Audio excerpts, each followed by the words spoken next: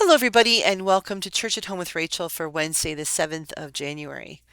I don't know about you, but yesterday brought back some memories about 5 years ago and what happened on January 6, 2021. And I was thinking about how much has changed in the past 5 years. And then it brought me back to where we were before that. January 6th of 2021, I had been doing church at home videos for about a year.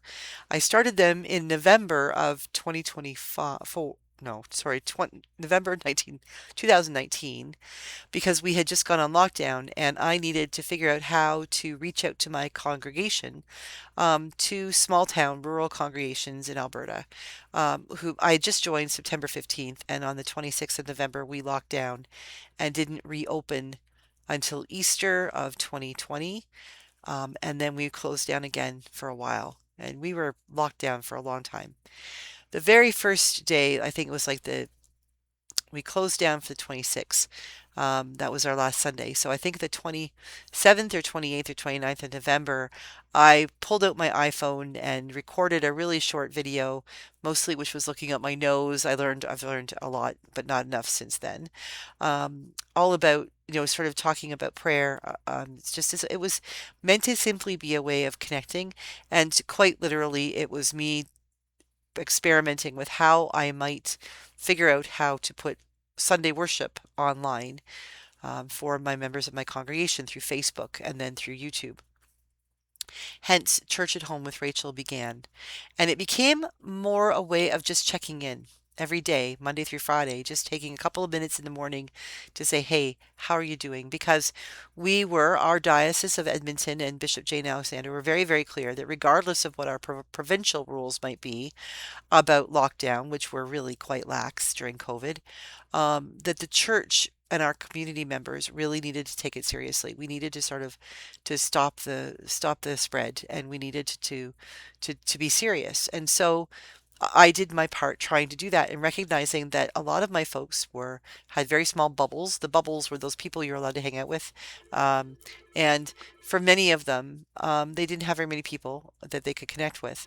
And so having an opportunity to speak, or to like just to check in with people every day, became a really important part of my ministry, so that people didn't feel like that they were disconnected completely from the church. And hence that began. And it also became a moment when my husband introduced me that Christmas to my mug. This became my church at home mug. Now, this is a big mug. This is a mug that had, like, here's an orange. It's a good size orange. And this is the size of this mug. This mug became the mainstay. And on my church at home, at the tagline and everything, there's a picture of this mug. This became a reminder of what we were called to do. What I was calling people to do is just to have a moment to sit down, to relax, to have a cup of something, coffee, tea, hot chocolate, little something else if you like, and just take a few moments to know that you're not alone.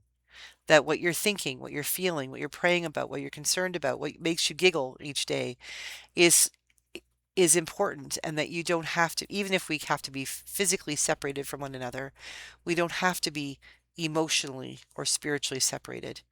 And this mug became the symbol of having coffee, sitting down with a friend, having coffee, having church at home with Rachel. Over the last couple of days, especially since the Venezuela stuff and even over Christmas holidays and the break and things, I've really been thinking about getting back to basics, the things, because right now, to be quite honest, what's going on in our world feels an awful lot like COVID did when it started. We are listening to varying things on the news. In Canada, we had the Prime Minister Trudeau telling us to lock down, and every morning would come out of his house, and the cottage he was at, and he would stand there and say, to socially distance from all of the media who were there, and say, stick with it. We've got this. We can do this. We're Canadians.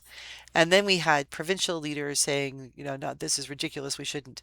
We had different messages coming from different places, some of whom were honestly trying to help us, and others were not. Some people were trying to create power in a vacuum, and other people were just trying to use the power that they had to say, let's keep everybody together. It was sort of a hint of what was to come, I think. But I'm realizing that the exhaustion, the emotional exhaustion and spiritual exhaustion that I'm feeling today, even though I get to see people every day and I can do things and there's people on the other side of this wall that I could go and talk to at any moment. It isn't COVID. But what it is doing is it's making me realize that we need to take time to get back to the basics. We need to have a few minutes of every day when things can just be normal. And so I'm going to try to keep that in mind as church at home, back to the basics. It was intended to be an opportunity for people like you and me to just be. No pressure, to be honest, to say, hey, this is what I'm thinking about. This is what I'm worried about. This is what I'm praying about. This is what made me giggle today. This is, a silly thing that my dog did. It used to be dude, now it's skunk.